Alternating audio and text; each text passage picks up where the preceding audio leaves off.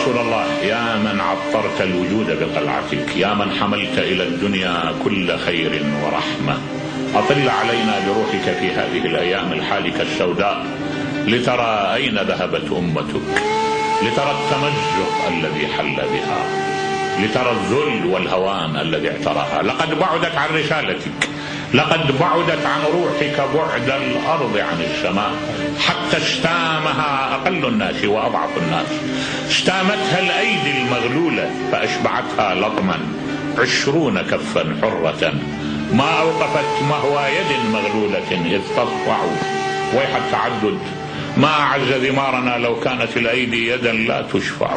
الشوق تغرقه السروج وإنه دون السروج لفارس يتطلع. يا رسول الله يا من حملت إلى الدنيا العطف، إن الدنيا قد ملئت بالحقد، فامسحها بروحك الكبيرة لتمسح عنا الحقد.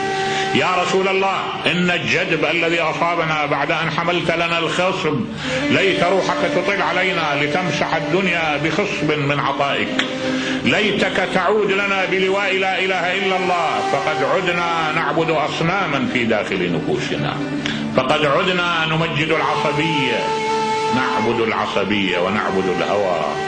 يا رسول الله يا من أوطأتنا عروش كسرى وقيصر، ليتك تطل لترى أين انتهى بنا الأمر. أصبحنا موطئ الأقدام، أصبحنا عدنا كما كنا، عدنا إلى الذل، عدنا تفتك بنا مجموعة من اليهود.